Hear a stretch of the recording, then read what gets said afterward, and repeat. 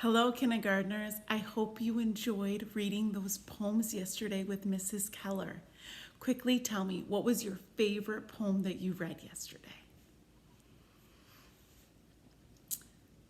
Those all sound like wonderful poems. So today I want to teach you that it's really important to think about the feeling of a poem. When avid poetry readers are reading poems, they like to think about how the poem makes them feel, and then they like to match their voice to that poem. So we're going to give that a try today. First, we're going to look at a familiar poem that you read with Mrs. Keller yesterday, The Swing. So I want you to think about this poem from yesterday. What is the feeling of this poem? How does the poem make you feel?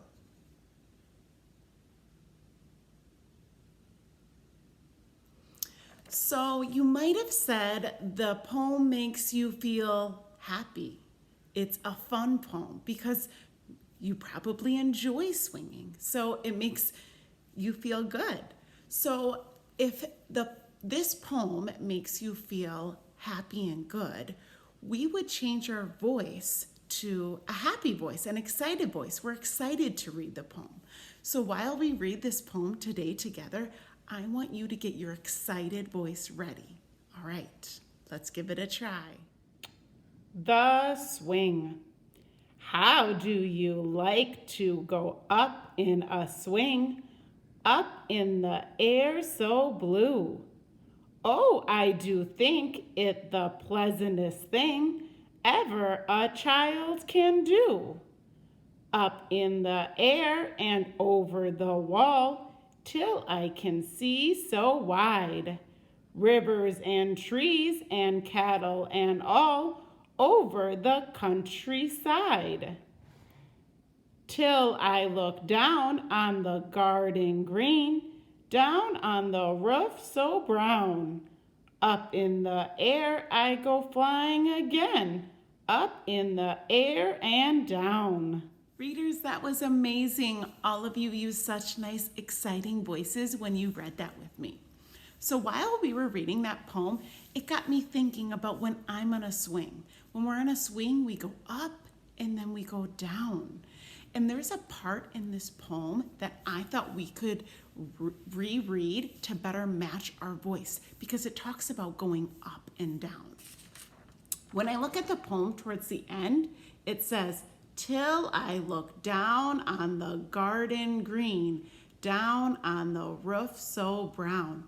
For that part, I thought we could slow our voices down, maybe even lower the volume of our voices, because that in the poem, that's when they're looking down on things like around. And then right here, the next part, it says, up in the air I go flying again.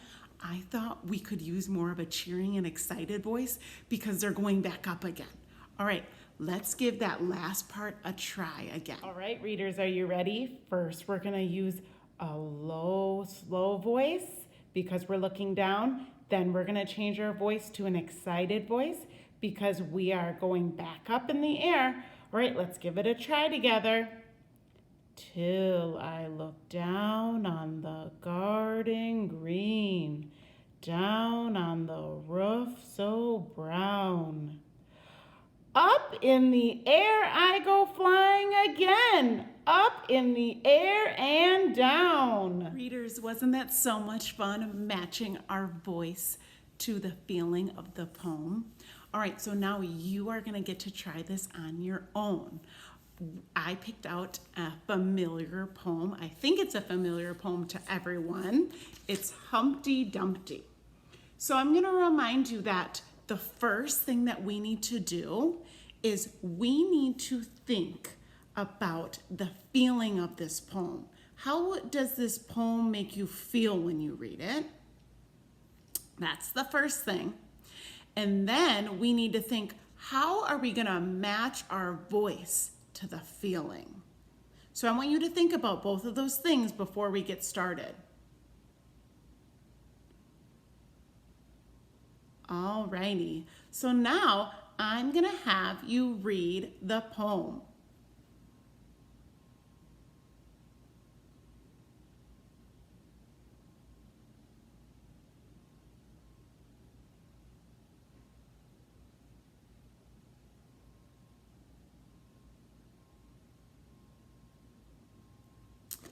I hope you were able to read that poem with a kind of sad voice, a sad feeling, because when I really think about this poem, it's not an exciting poem. Humpty Dumpty, he had a crack in himself and nobody was able to put him back together.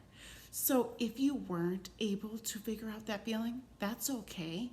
We are going to practice together one more time quickly so that you can understand how that would look. All right, let's read it with Miss Blazer.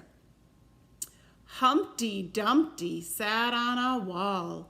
Humpty Dumpty had a great fall. All the king's horses and all the king's men couldn't put Humpty together again.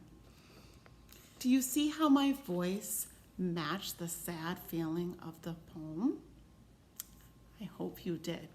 All right, before you go off reading by yourself, I'm going to remind you of the steps Mrs. Keller talked about yesterday and then the one we talked about today. All right, let's look at our chart. Okay, readers, so this was the chart. Let's look at it.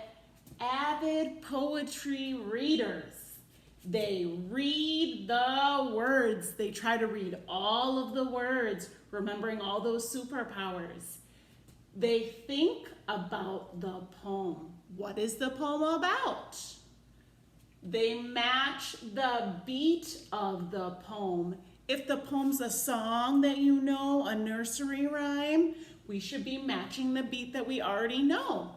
And then what we practiced today, read with feeling.